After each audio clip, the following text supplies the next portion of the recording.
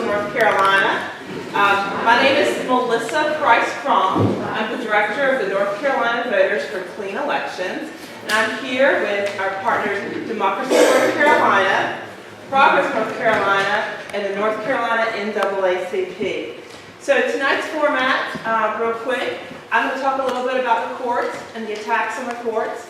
And then my friend Jen Jones from Democracy North Carolina is going to talk about the courts a little bit more and the attacks on our voting rights. We good? All right. So the reason why we're here is court bashing has become an epidemic across this country as legislators seek to quash an independent judiciary. And voter suppression has become an epidemic across this country as legislators seek to put restrictions on our ability to vote and have our voices heard. And North Carolina has been leading the pack in both those, unfortunately. So tonight, we are here to talk about how we're going to protect the institutions of our democracy. See, the courts, they're the vehicle to protect our rights, and our access to the ballot box is how we, the people, keep a check on our democracy. Now, I'm going to start off by showing you a quick video about some of the work we've been doing. So hold on. Let me pull everything up. Did you know politicians in Raleigh are trying to rig the system and take away your power? They've already canceled primary elections for judges. And now they want to cancel court elections altogether and simply appoint their political friends to the bench. Our judges should be fair, independent, and removed from political pressure. But top legislators don't agree. The courts already stopped the politicians from slicing and dicing North Carolina's voting districts. So now, the politicians are trying to change the judges instead. By changing the rules of the game, they'll be able to give even bigger tax cuts to millionaires, gut public school funding, and protect corporate polluters. And we won't be able to do anything to stop it. Don't let them rig the system. Share this video. Go to faircourtsnc.com to sign the petition. And tell lawmakers to keep their hands off our democracy. That's right. All right. So, back to our presentation. Technology, y'all. Give me a second. All right. So,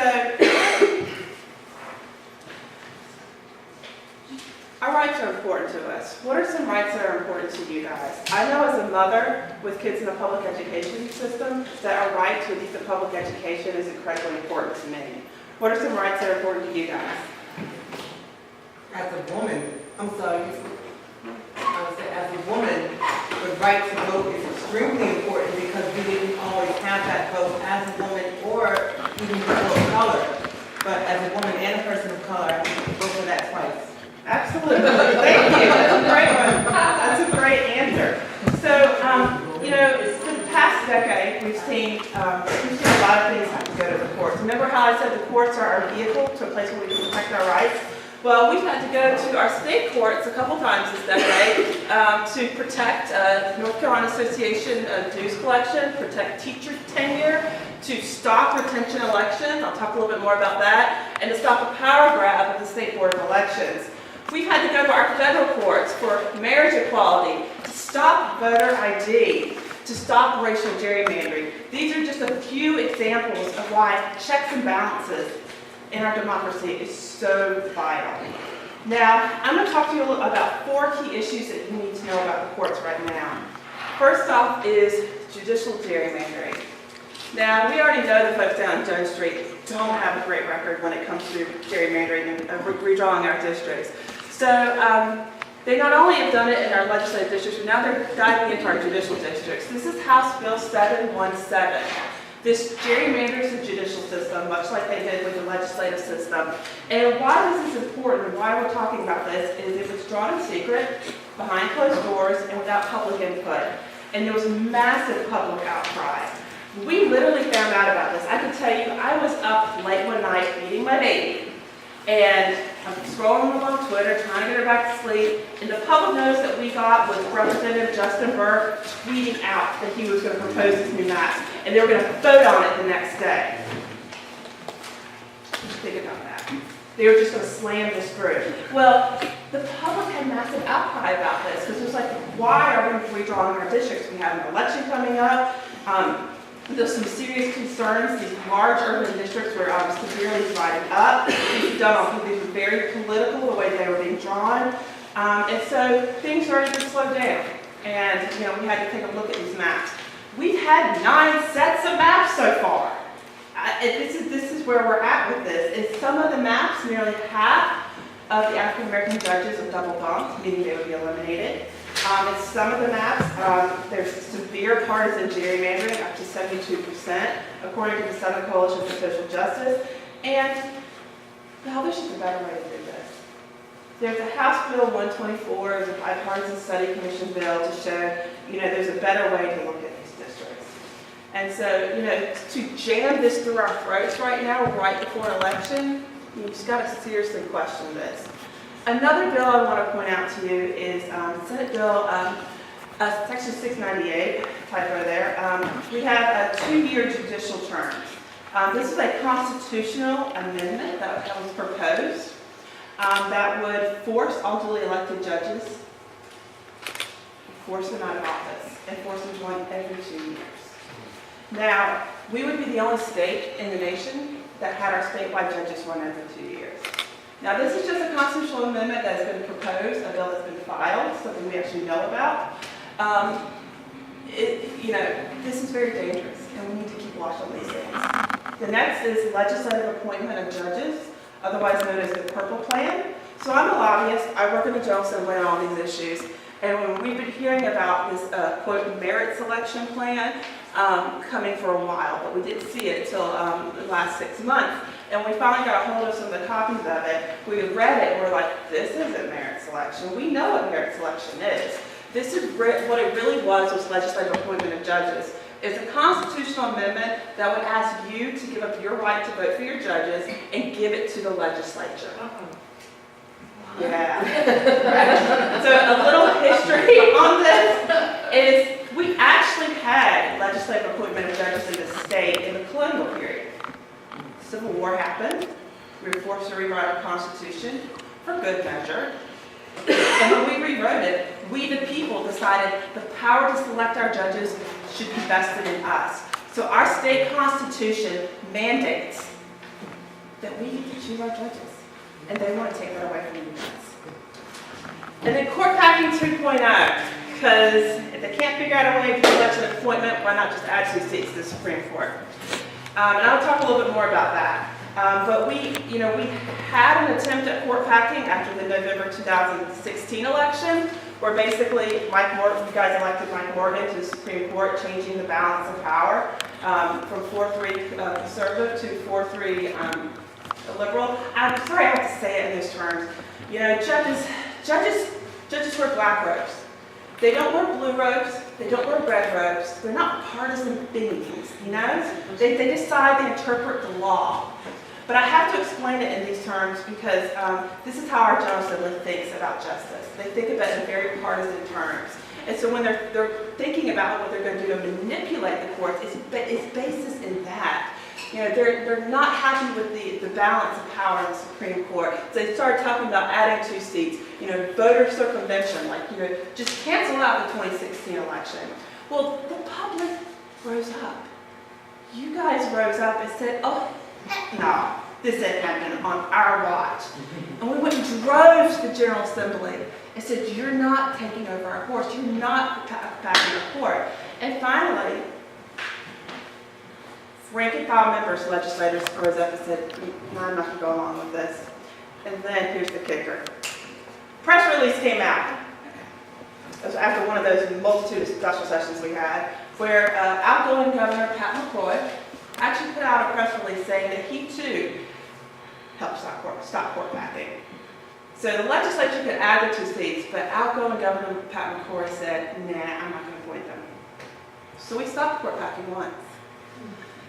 So, but the thing is, court packing is coming back up again. So the idea would be to add 2 seats and to put it on the ballot.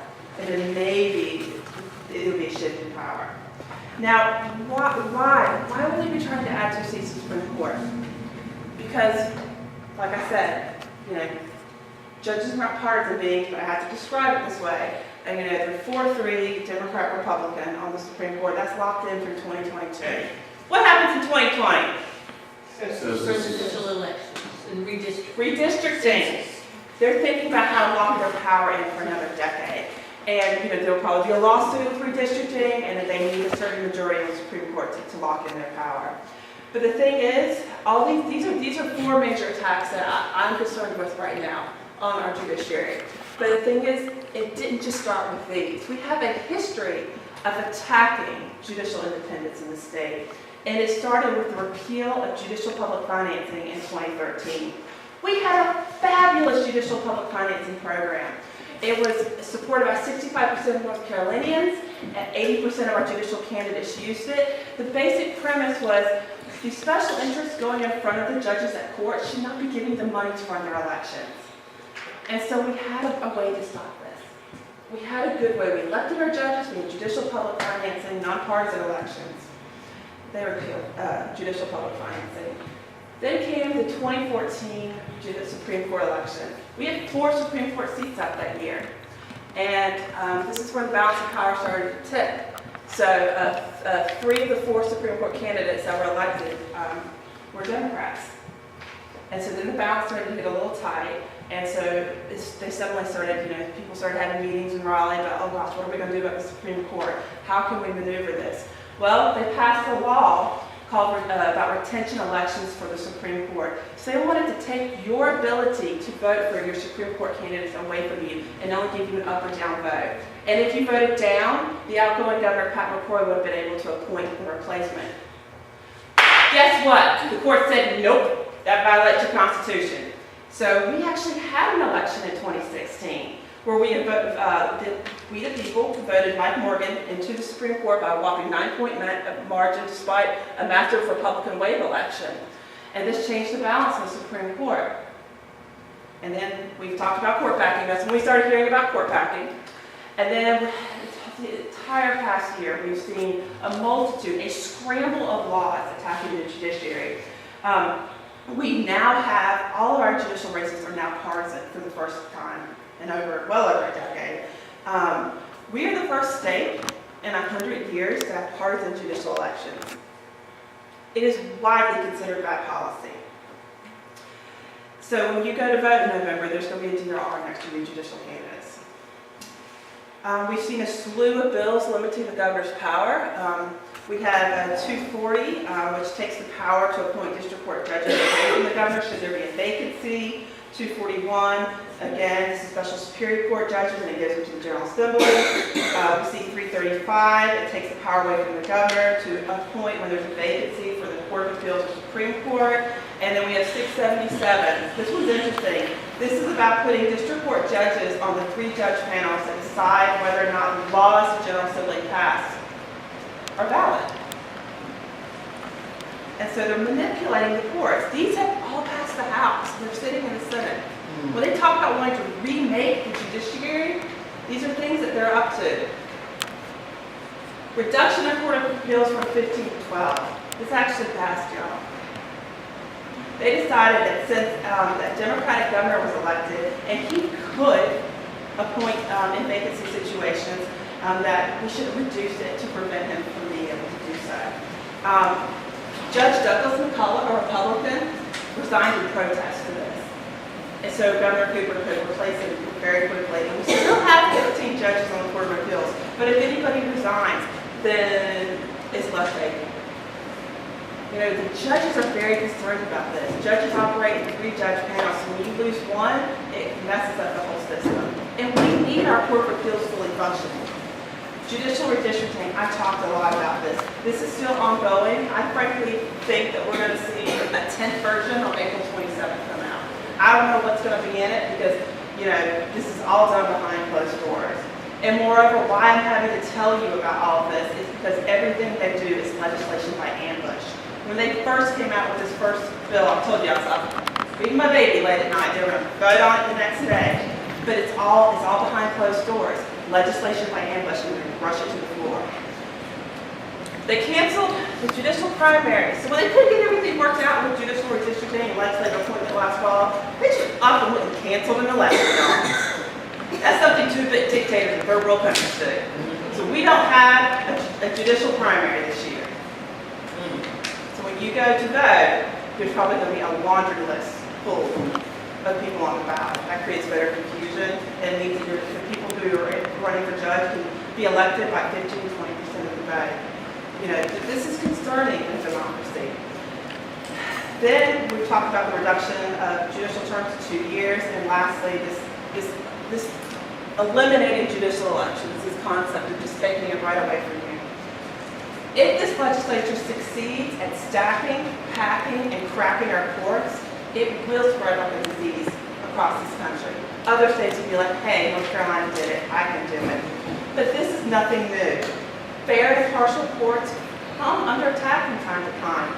From when President Andrew Jackson told Chief Justice Marshall, John Marshall has made his decision, now let him enforce it, and that led to the Trail of Tears, to the desegregation of schools here in the South, where there was literally wanted billboards for Justice Earl Warren after the Brown versus Board of Education decision. Look at that. To today, where in Pennsylvania, 4 Supreme Court justices are being threatened with impeachment. Impeachment because of their decision on in the gerrymandering case in Pennsylvania. To today, where here in North Carolina, I'm forced to come to you, talk to you about all these issues, because, like I said, we're looking at legislation by ambush. We don't know what's going to come up in the special session, but they have told us they want to remake the judiciary. Now, it is our job as citizens in a democracy to draw a line in the sand and protect our institutions of democracy. The courts have been there for us. Now we must stand up and protect our courts. You like my picture? This is a blind lady justice, Wonder Woman. All right, so I'm going to end, and then we're going to show you a quick video real quick about how we've been standing up and fighting these attacks to the courts, okay? Demonstrators taking their message to the General Assembly today as lawmakers return for a special session. Demonstrators let lawmakers know they want their voices to be heard and their votes to matter. It's up to us, yeah! Beat the drum, yeah! Republican legislators are tired of losing court cases, so they wanted to change the rules. Despite the fact that their congressional and legislative districts have been ruled unconstitutional by several federal courts, lawmakers appear to be poised to move ahead anyway with another redraw, this time of the state's judicial districts. Instead of trying to get the team to approve, they're trying to quickly rest. House Republicans are backing a plan that would double bunk an estimated 40 to 50% of the state's African-American judges. This is ridiculous. They already have done that with the legislative district, and now they're doing it again. It's wrong. It's not fair for people in North Carolina to have this sorts of districts. This is outside of Senator Bill Berger's office. There were protesters inside the building seeking to have their voices heard. They say the changes would make the judicial branch less independent and more vulnerable to political pressure. I would hope it would make everybody slow down, stop, and think maybe this isn't something we should try to rush through in 1 day, or 2 days, or 1 week. But the lawmaker that's backing those changes, Representative Justin Burr, says he expects they'll move forward too anyway. I am infuriated that we are having to exert so much energy into this day when we have to go into one group that ought not to be in their seats anyhow.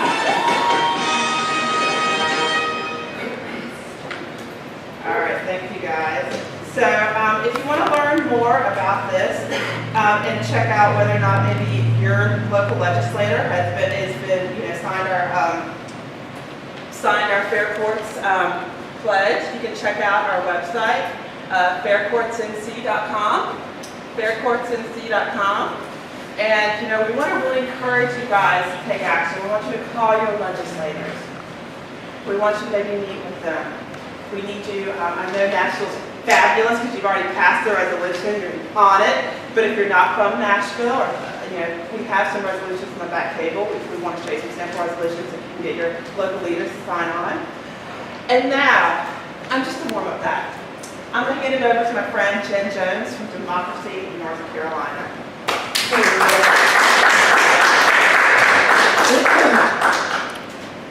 How's everybody doing today? All right. Y'all chilly in here? Yeah, that's what we do to keep everybody awake during my presentation. I apologize. We'll try to climate just control this climate in just a second. Are y'all frustrated after hearing? Was that a big bummer to everybody? That our courts are being taken over and that the courts are being manipulated? This is a co-equal branch of government. Well, I'm Jen Jones with Democracy North Carolina. We are a nonpartisan organization working very hard using three things: research and organizing. We have Marquez Thompson back here, who is an organizer with the East of the East.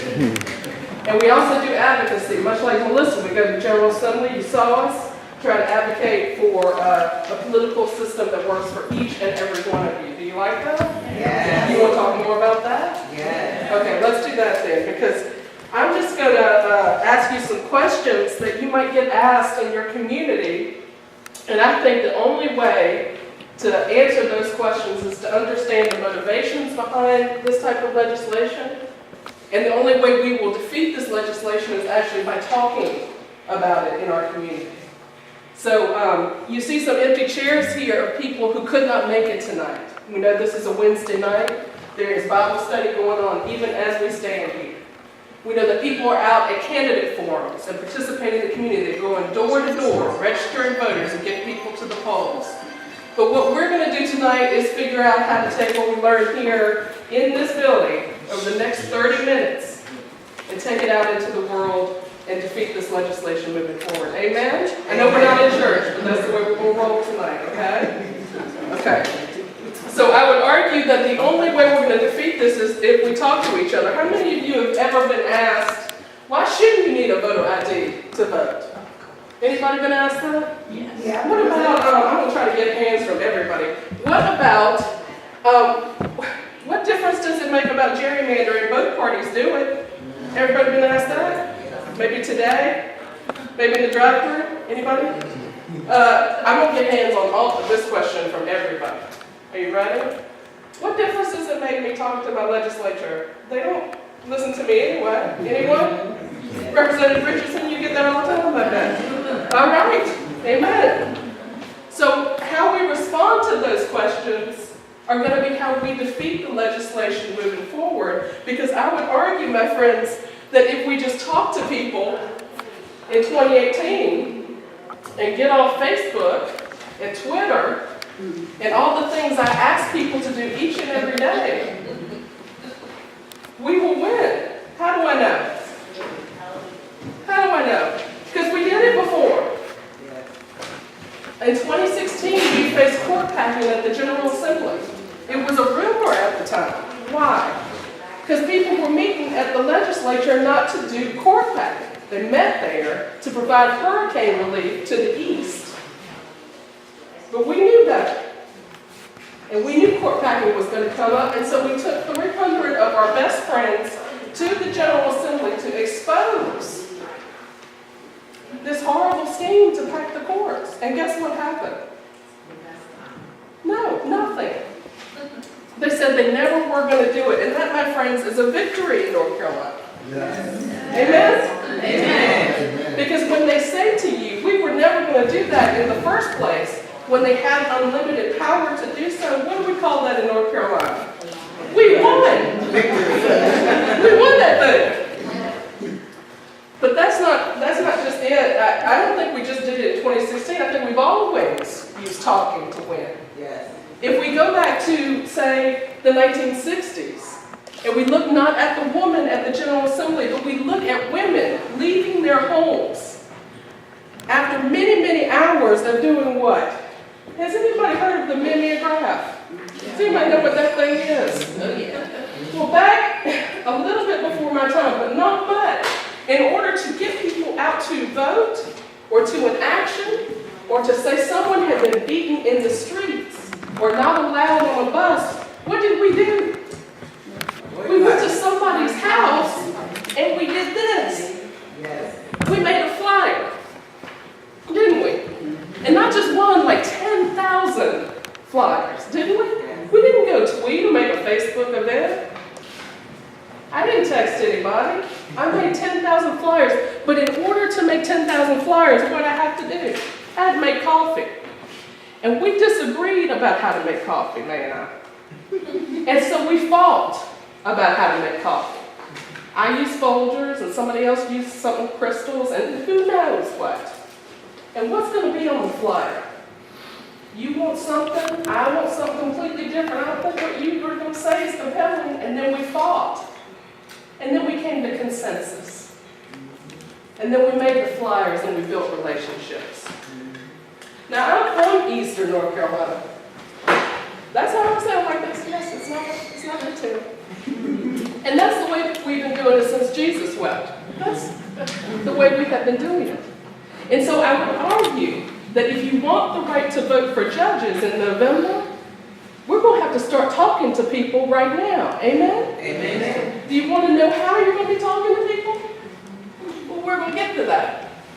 But I would argue we can't beat any of the threats that we face in 2018 without communicating. See, we do advocacy and organizing and research, and people are like, why did they send that crazy ginger out on the road to do some communications? That's not even in the mission statement. Well, the reality is, that's how we win in a state that is built on stories and relationship and facing threats, serious threats, and overcoming it. That's what we do in North Carolina. Are y'all with me? Yes. Y'all ready? Yes. Because these are some tough attacks. Judicial attacks at every level. Melissa outlined them. Gerrymandering, congressional, legislative, and now judicial. Voting restrictions. They've been warning us that they're going to bring back some of the worst parts of the monster voting law from 2013. They've been doing it for a year. You might as well call it the zombie law now, because they're going to resurrect some tough spots. And finally, voter ID. Rumors abound that that could return in 2018. To restrict your access to the vote, if you're even allowed to vote for judges at all. This is Representative David Lewis. Does anyone know who this is? He's incredibly powerful in terms of elections and voting in the great state of North Carolina. And back in October, he said, we're serious about judicial redistricting, all the things that Melissa just talked about. So we went out.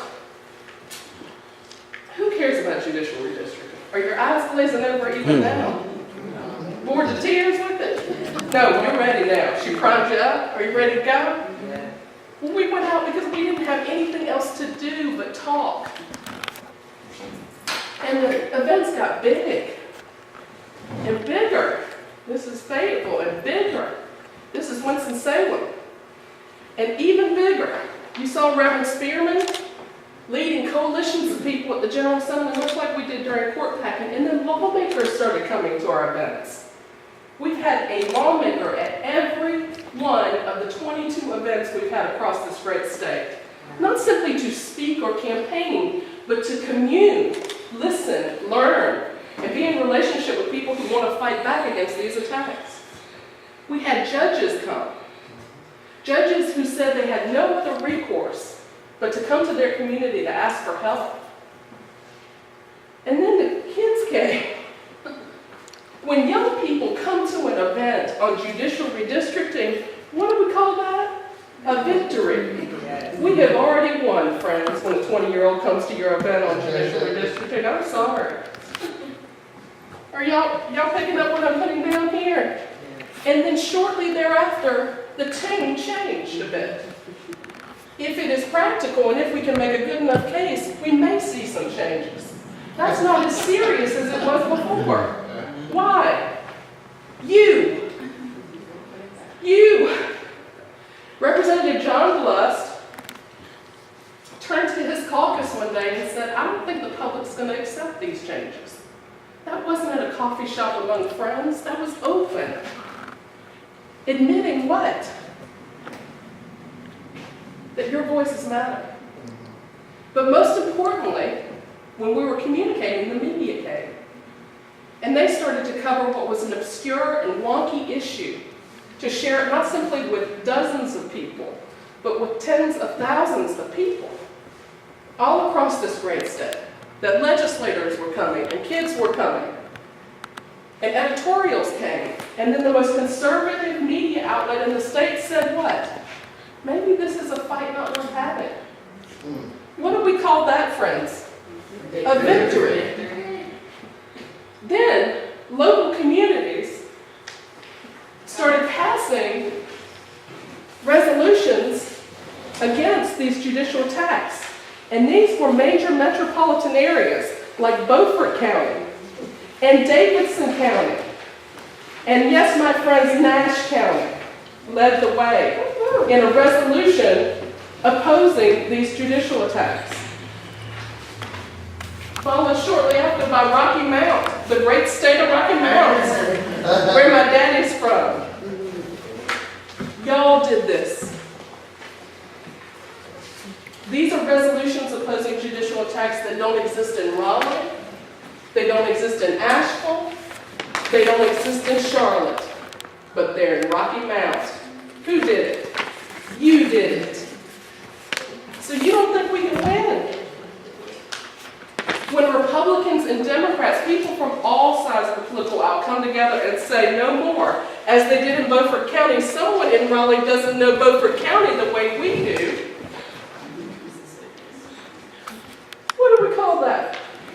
Victory.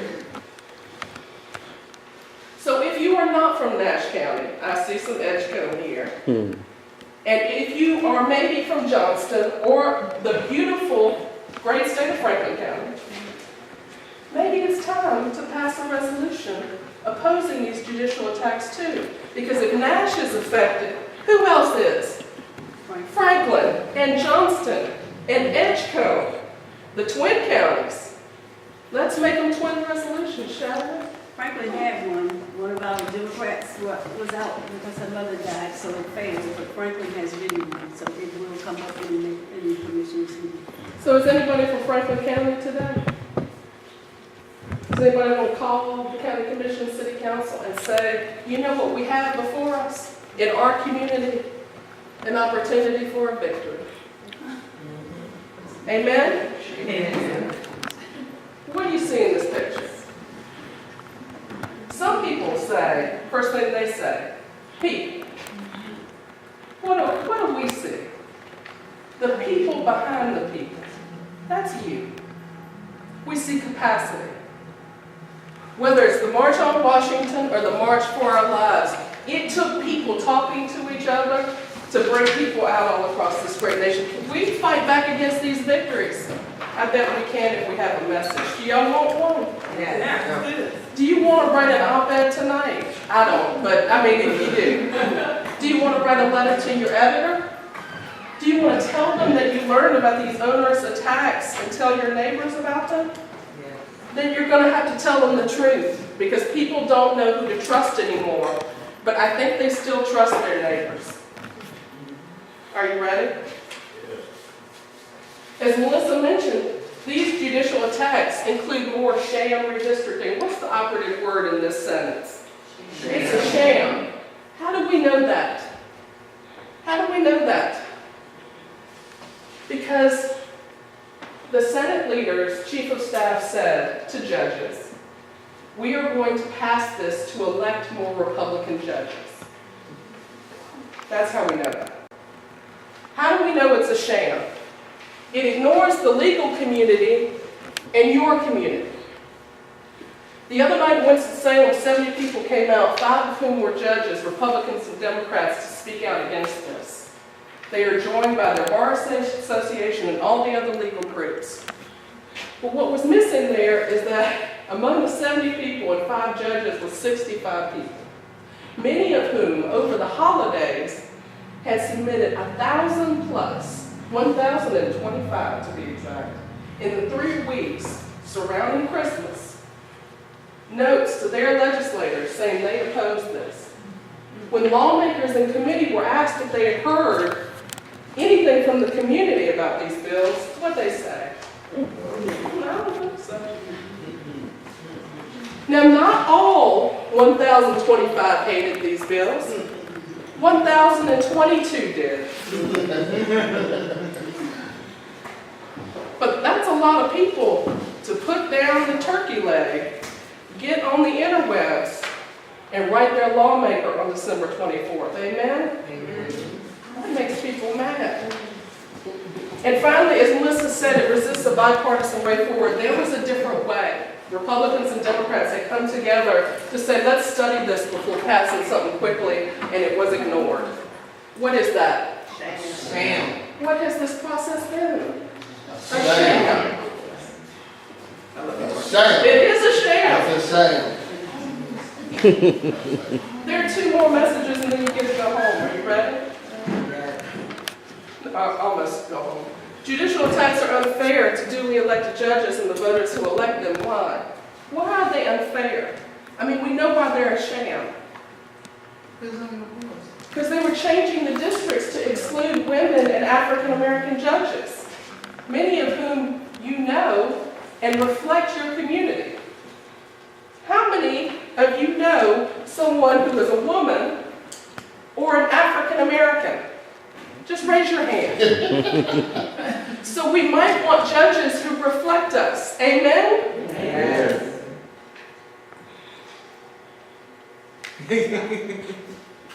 It looks a lot like illegal racial gerrymanders. I'm going to get to that. But these new judicial maps look a lot like other maps that were struck down by the courts. And we want to mention, they got rid of one election, and now they might want to get rid of all elections. That's unfair, isn't it? I mean, y'all have the right to vote in the Constitution, right? Yes. That means it would take you to take that away. This is Cumberland County. On your left is a racial gerrymander. Court said so. On your right is your new judicial district. Any questions?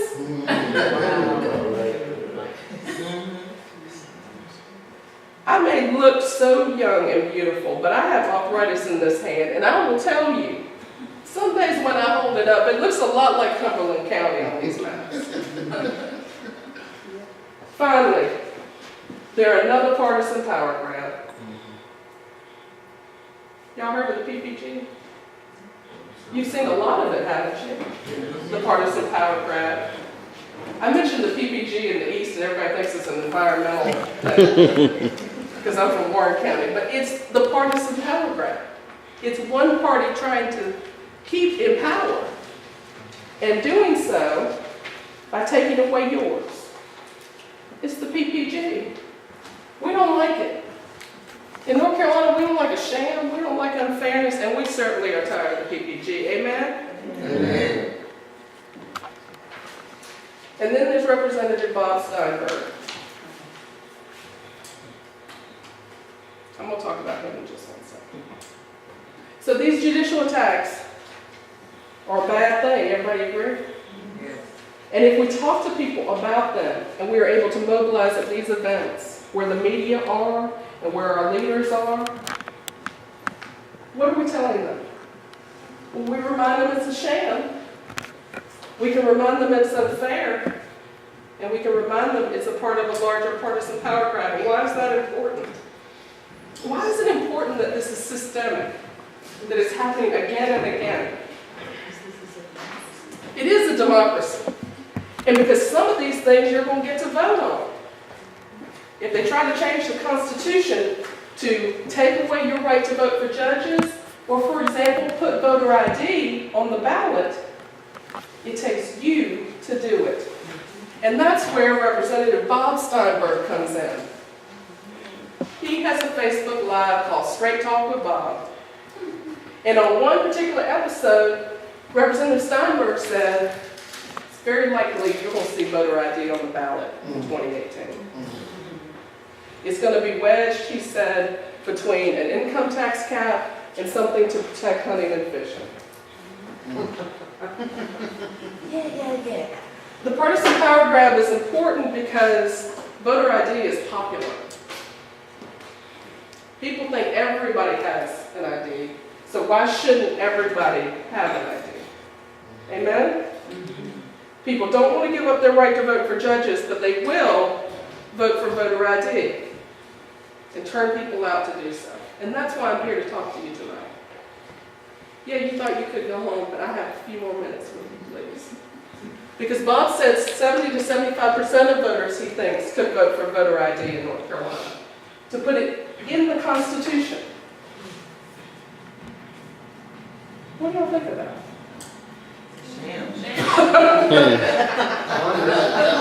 I knew I loved Nashville. I think we need a message. And I think we need to remember something that's very important. Voter ID is harmful, unfair, and unnecessary. And I'm saying that to you as a communications person at Democracy North Carolina. You don't have to believe me, though. You do not have to believe a word that comes out of this mouth, even though it's dripped in Southern accent. Because in North Carolina, we know. It's happened to us before. These are our values now. How do we know it? Because in 2013, voter ID passed in North Carolina and was put on the ballot in one election cycle. In March 2016, we got to try it out before it was overturned as being unconstitutional. So what do we know in North Carolina? It's unfair, and it kept voters from voting. Legally registered voters. It's as if I planted you in this beautiful audience, because there is no version of voter ID that doesn't hurt voters. None. Never happened. In not one state was voter ID put into place and everybody who could vote before could vote again. It's going to hurt someone you know. That's why it is what? Harmful. Instead of protecting voters, voter ID created left out eligible voters during 2016. 1,400 people we found who could have voted before suddenly couldn't vote in North Carolina. Voter ID disproportionately disenfranchised African American voters. 26% of voters in March 2016 were black voters. How many were silenced by voter ID? Almost 10% more than that. In North Carolina, we also know our current system is pretty fair and pretty secure and pretty accessible. What starts tomorrow? For how many days? Does anyone know? It's more than that, kids. 17 days. How many of y'all want to vote during early voting? I know I have to. Amen? I don't know how many is doing the absentee ballot. I voted already. See? Accessible.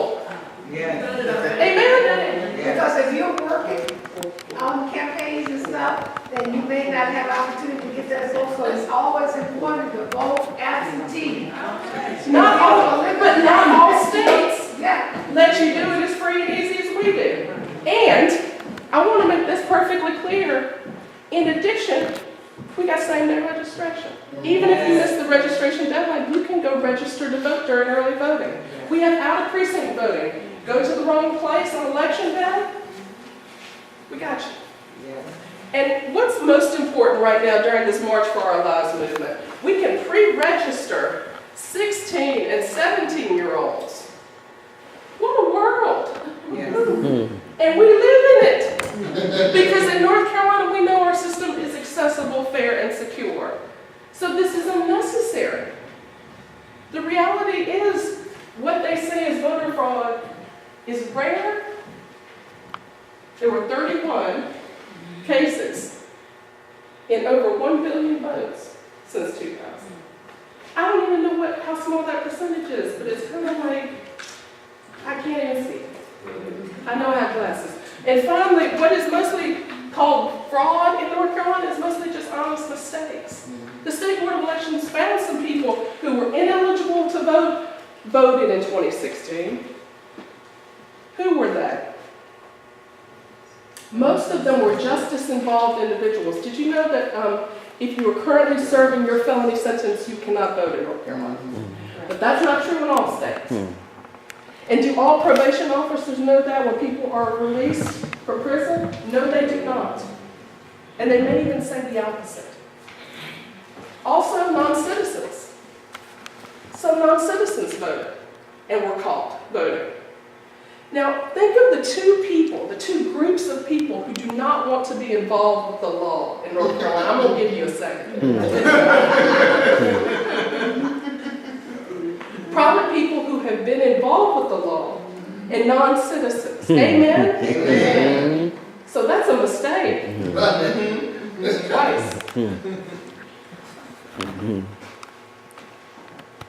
This happened 2 weeks ago. A Texas woman who had worked for a man who's trying to get him some more money, tax fraud. She was released from prison. Her mama said, "You need to vote. It's important." And she was like, and her mama said it. So she went and voted, because if your mama says to do something, I mean, this is the East. Amen? That's right. So she went and voted. She didn't know she wasn't eligible. And she got 5 years. Come on, man. So in our state, yes, ma'am. You gotta talk about the one in our state. The one who voted for her dead mama because she would have. Well, okay, I will talk She about didn't that. get 5 years. No. No, she didn't. There were 2 people in North Carolina who voted for dead mama in 2016. That's absolutely right. And voter ID might have stopped one of them. Might have. But I want to ask you this question, because this is the fundamental question you had just raised. It is just like I pointed you here. Are you willing to lose 1,400 votes? No. Are you willing to look at your friends and neighbors and say, "I don't want you to vote"? No. Why? Because in North Carolina, we know what, and this is the last message I want you to take to heart. We know that voter ID is used to silence certain groups, votes. In North Carolina, we know that it is not simply a truism in our state, it is a value now. People are prevented from being a part of the process through gerrymandering, through voting restrictions, through ID. And the court agreed that racial data was used to inform how the ID law was crafted, and in the process, it targeted African Americans with almost surgical precision. You hear that spoken about a lot. But the Fourth Circuit Court of Appeals, it went all the way up, and then the Supreme Court didn't strike it down. They were like, yep, this is intent. There was intent to target African Americans in voter ID. In North Carolina, we know that. But the intent was also to silence the very students you saw marching for their lives. The 4 out of the 5 counties with the highest concentration of provisional ballots, the ballots you had to fill out, not the regular ballots, in order to, when you didn't have the right ID, were in college campuses. Because college IDs were not allowed. 4 of 5 counties with the highest concentration of provisional ballots for lack of ID were in college towns. So the intent was not simply to surgically target African American voters. Oh no, we took college IDs away, and college students surprisingly couldn't vote. So in North Carolina, we know the intent is there, but what's the impact? And this is the final one. How many of y'all know somebody who's 65 or older? How many of you could be someone who's 65 or older? Just could be. I'm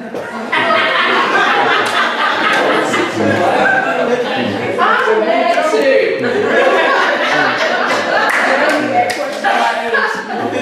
See, voter ID had bark and it had bite. Amen? Amen. You know why? Because the intent was to keep the youngest of these and the blackest of these from voting. But in the process, the oldest of these were impacted as well. So let me get this straight. If you are young and you are old and you are not white, what are we asking ourselves in November? What is Bob saying when he says 70 to 75% of you are going to vote for that? He says we don't have a message yet, that we don't understand the intent and the impact of voter ID. So I want us to ask ourselves tonight, whether it happens or not, whether a voter ID is on the ballot in 2018 or not, whether we are a family of people who are willing to talk to other people about this. Are we willing to say, turn to our neighbors and say we don't want them to vote? No. No, we do not. Especially when it's part of the PPG. And then you tell them what the PPG is and they're going to love that. So if it's on the ballot, we can say never again. We can say we know the difference between good policy and something that hurts our friends. And finally, we can actually protect our friends. We can do that. How many of you are frustrated with not being able to do anything? How many of you have said, I'm so frustrated, I can't do anything to stop this, that, or the other? Yes. This is something we can stop. I want to say one more thing and then you can go. Remember Russia? How many of you are old enough to remember Rocky IV? How many of you saw a movie in the 1980s where we were facing Russia in some capacity and sang along with it? If Russia is used, if hacking of our election systems by any bad actors is used to justify voting restrictions in North Carolina, and I'm not saying it's going to happen, but if it is, will y'all see it coming? Yes. Will y'all give up voting access for purported election security? And let me ask you a question. Do you think voter ID is going to prevent anyone from hacking our elections? No. Because what is voter ID? It's a real thing. What is hacking? Somewhere out there. I just think Rocky would turn right over. I don't want people to fall for that either. Who's your favorite reporter? Who's your favorite reporter? Rachel Adams, Laura Leslie. Well, my favorite one is in the back row. But when I'm talking to her, I'm not simply talking to her. When you're from small town Eastern North Carolina, I came from a town called Drury with no stoplights. And when I talked to reporters at the Warren Record, they were my friends. I knew them. The editor I went to high school with. Unfortunately, I'm not talking to her when I'm talking to her with this message. I'm talking to the audiences of people that they reach every day. Because if you come to Nashville, your paper reaches 80% of the people. When you go to Mitchell County, the circulation is high. We still read our papers. And so when you submit a letter to the editor or an op-ed, somebody's going to hit you up at church and say, I read that and I loved it. That is the power of your message. But I don't just want you to talk to your reporters. I don't just want you to call the media and tell them how proud you are of Nash County for being one of only 3 counties to start out with opposing these judicial attacks. I want you to do the hardest thing you can possibly do in the great state of North Carolina right in this moment. Are you ready? You know what the hardest thing is in North Carolina right in this moment and all across this nation? Is getting past partisanship. We're all, when we should be, singing from the same hymn. Amen? Couldn't we all just talk to one another? And, okay, before you answer, before you talk, I want to say one more thing. Back when I was a girl, we had a constitutional amendment in 2012. And I thought that maybe just by talking to North Carolinians, I was one of those dumb ginger babies who thought, well, I'm from North Carolina. we can defeat this if I just talk to everybody. So I did. Or I tried. I ran across this state. You know what the most popular show was at the time? The Biggest Loser. So I thought a Portland soul running across this great state would get some attention. So I started in Nashville because I like to run downhill. And then we started with people who agreed with us, college students.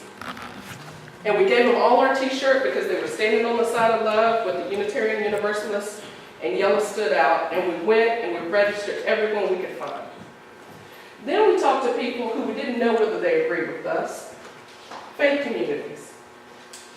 We didn't know if faith communities would agree with us on Amendment 1, and we started in Hickory, North Carolina with Reverend T. Anthony Spearman. Does anybody know who Reverend Spearman is? He now runs the NAACP in North Carolina. Amen? He led us into church. And then we went and talked to people. We took a risk and talked to people who didn't agree with us at all. 4 people called me an abomination at this meeting. I hugged every damn one of them. Oh my God. Why? Because we're North Carolinians, friends. And whether you just transplanted here or you were born in a tobacco field like I was, and John Edwards, we are about relationship.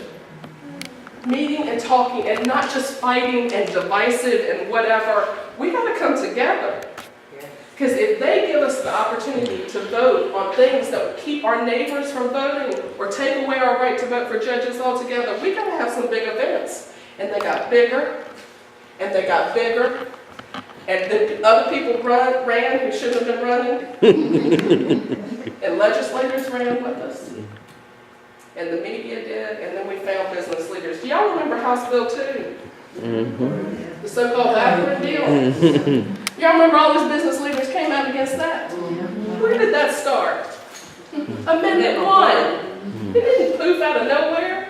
So y'all were talking about the census just now in 2020. It seems so far away, doesn't it? No. Well, if you care about voting rights and justice, shouldn't we be talking right now?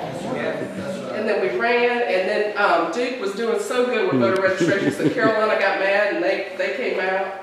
And then 5,000 college students got registered to vote in 5 weeks. Amen? Amen. Why? Because we asked them. We asked young people. And then we are not transactional, we are a transformational movement. We took every damn body to HK on Jack. Why? Because the NAACP stood with us before no one else would. Amen? We are not just there for your voting rights needs, we are there for your women's rights needs and your environmental needs. And when coal ash comes in your water, we're there too. Democracy. Friends. Relationships we lost. Badly. Oh Lord, it was a bad defeat. We couldn't defeat that amendment. We couldn't talk to enough people. We had 3 whole months to talk to people. Those red places voted against the amendment, like I'm asking you to vote against an amendment that takes away your right to vote for judges, like I'm asking you to vote against an amendment that takes away your right to go to an election and be believed without a voter ID. I'm asking you to start right now, 6 months, 6 whole months before the election would be. Why? Why would I ask you to do that for a losing cause? Because this was 5 weeks, and these were the stops on the race. I'm going to go back for dramatic effect, shall we? Yeah. This is where people listened and talked to each other. And this is where we started those conversations. 5 weeks we did that. And it wasn't just your major metropolitan areas. This is my mama's house. That was the hardest conversation I had. Amen? Yeah. So all I'm asking you to do tonight when you leave, you don't have to write an op-ed or a letter to the editor, I'd really like it. You don't have to call your city council or county commissioner, I'd really like it if you did. You don't even have to contact your legislator, although she might be here. Could be easier than I thought. I'm asking you to talk to 10 people right now. I don't care how you do it. I actually do. I don't want you to tweet at them. I don't want you to Snapchat them. I don't want you to Instagram them. I would like you to actually have a conversation with 10 people and tell them about the sham. Tell them about what you're actually going to be able to do in November. You might actually get to defeat some of the laws you don't like and educate people about some of the laws they think they like, they just don't know. Like in North Carolina, we know that these laws are bad. Why? That's all I want. Who can do that? We can. Yes, you can. God, wouldn't it be great? Yes, we can. So, that's all. Because Chuck Schumer said this the other day. He's a Democrat in Congress, and he was saying this about the party on the other side. He was looking longingly at them, and he said, they are well organized, and they sing from the same hymnal. Wouldn't it be something if we all did? Just this once. Because we don't agree on tactics, friends. Many of you will leave here and say, that crazy ginger said we could just talk to each other and defeat legislation. Some of y'all don't believe that. But the goal is what? To defeat that legislation. Right. So we might as well try. Will you be the first people to do it? Yes. Amen? Amen. I love when we sing from the same hymnal. Thank you so much for staying here tonight. And be sure, please, if you didn't write down the organizations you were connected to, whether it's Vegans for Cheese or whether it's please do that, because we're creating a web of people who want to work together all across this state, just like you do, okay? Thank you, Nashville.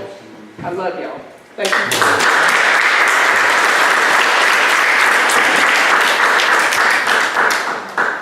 I'm from Drury, so this is the big town.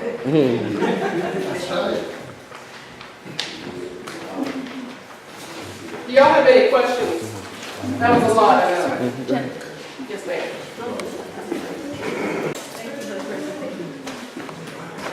That was so informative. A life changer, right? Amen.